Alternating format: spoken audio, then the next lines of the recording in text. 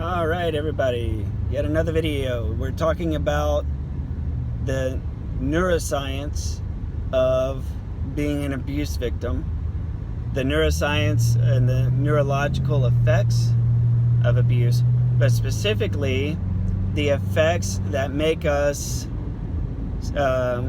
seemingly willing participants. Nobody's ever a willing participant. We're unwilling, but for some reason we seem incapable or unable to break the cycle. We find ourselves in a cycle that we don't quite know how to break because we don't fully understand what this cycle is, what drives it, and how to stop it. So I want to take the strictly scientific approach. I've talked about oxytocin, and now I want to talk about, take a guess, give you a hint, it's in the title, dopamine. Anyone who has done any kind of research ever on drugs is familiar with dopamine. It's our reward neurotransmitter. It's more than just the reward transmitter, but that's what it gets chalked up as. Dopamine, when combined with a memory, triggers a do-it-again response.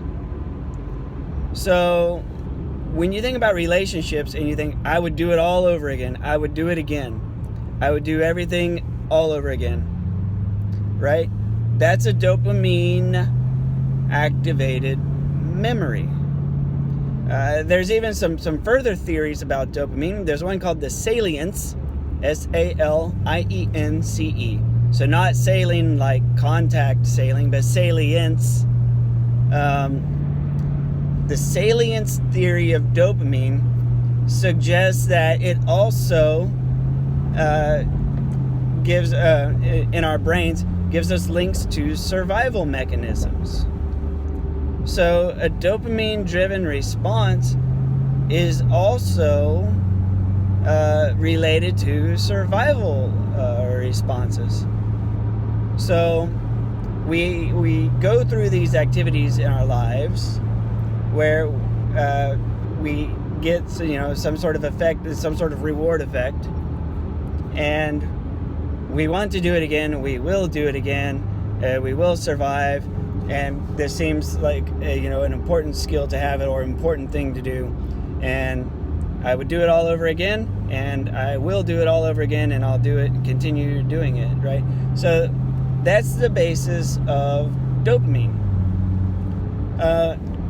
And they have shown that an obstacle-laden relationship, that was the wording used, an obstacle-laden relationship, an adversity-driven relationship has a dopamine response like cocaine.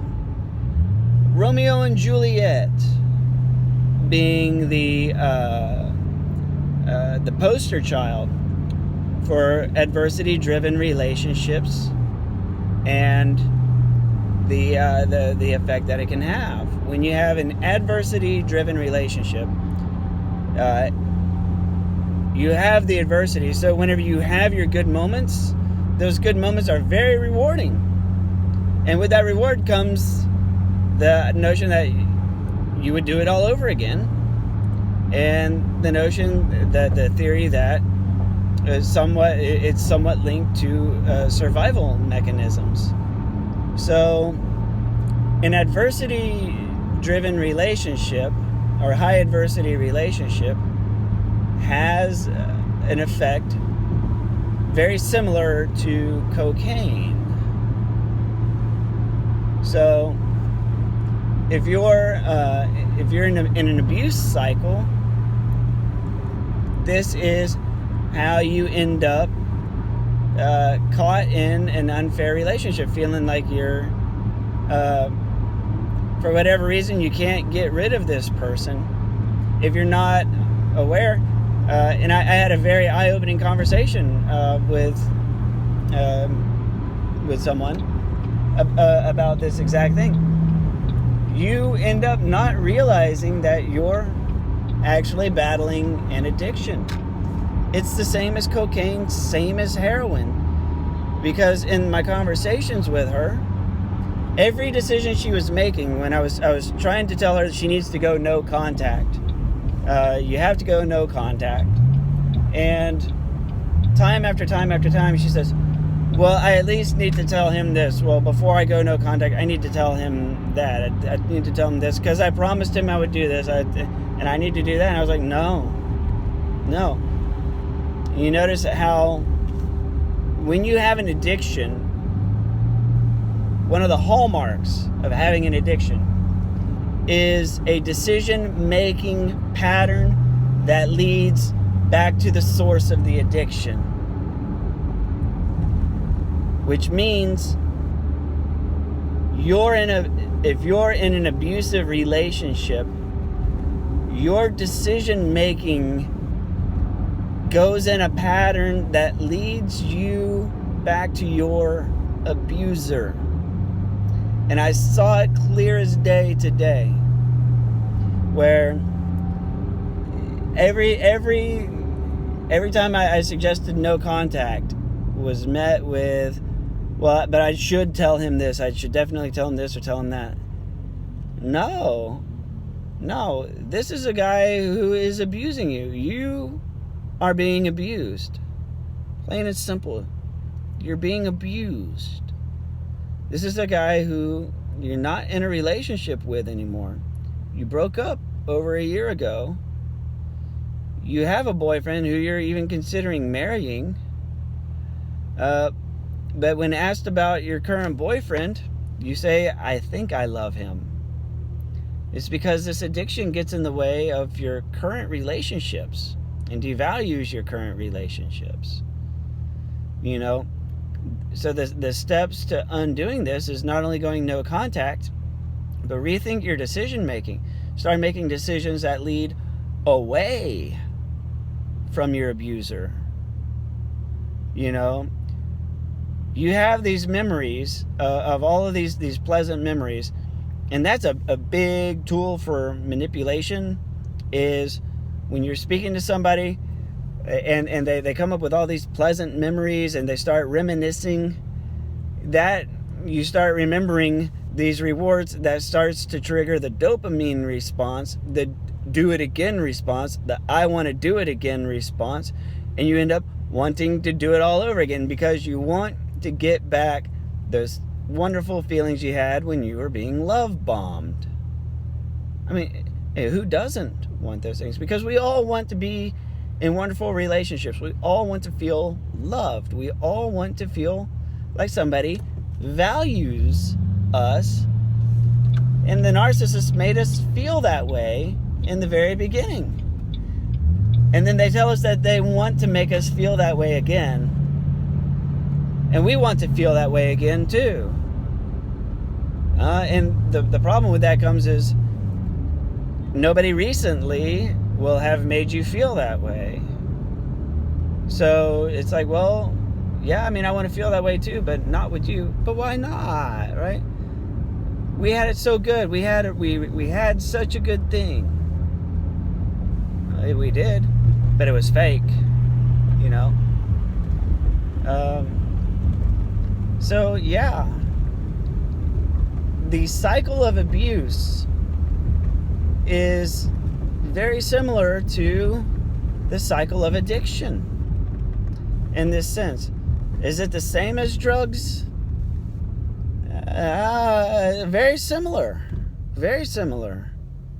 Because people overwhelmingly do drugs because they like how it makes them feel. People do drugs because they like the way it makes them feel. You tolerate a narcissist because you like the way they make you feel. You like that feeling. You want that feeling. You're going to make decisions that lead back to them.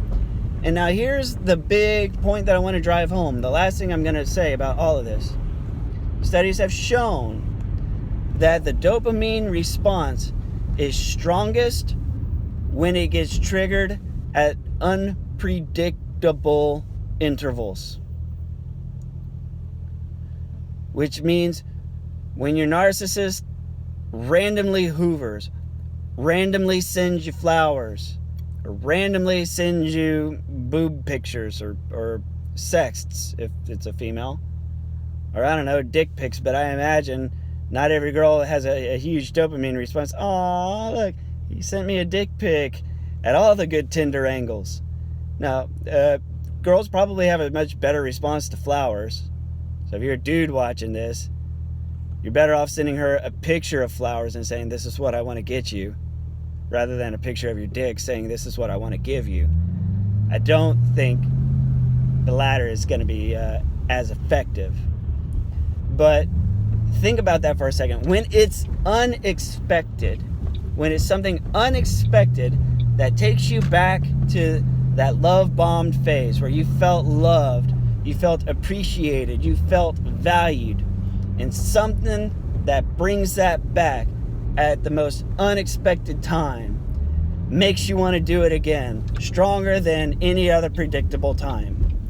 Which means doing it at random times is far better than, your anniversary. When you get flowers for your anniversary and you get a nice date on your anniversary, it's not as fruitful as just a random celebration of being together, a random sending of flowers, a random act of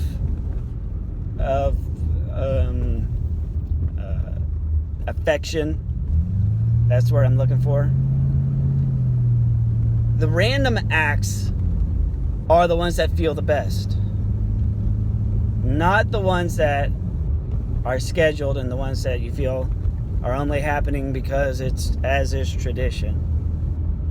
So the spontaneity of affection is what is part of what holds you in that cycle of abuse.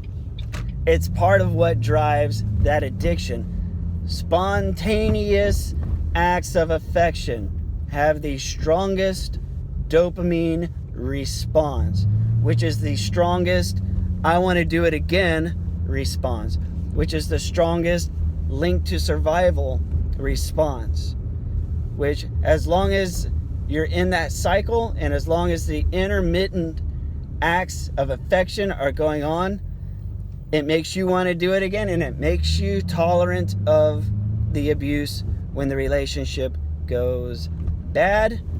And bad relationships, adversity-driven relationships, are addictive like cocaine. So thank you very much for watching.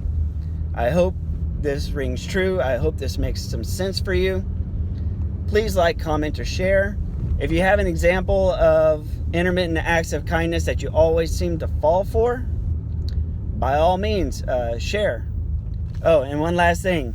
That thrill you feel is also strongest whenever you're prepared for the inevitable act of abuse that follows, because you learn that pattern and now you're waiting for it. You're hugely conscious. You're hugely aware of it. You're waiting for that moment of saying, I knew this was coming. And so you're on edge looking for it and waiting for it. Just like in that other video when I talked about no contact, where when you launch a nuke, pew, and you get zero response, when you declare an act of war, you sit there and you wait and you wait and you wait and you anticipate. And that act of anticipation builds and builds and builds. And your narcissist is using no contact as a means of doing that. So they're going to send you a random act of affection and go no contact.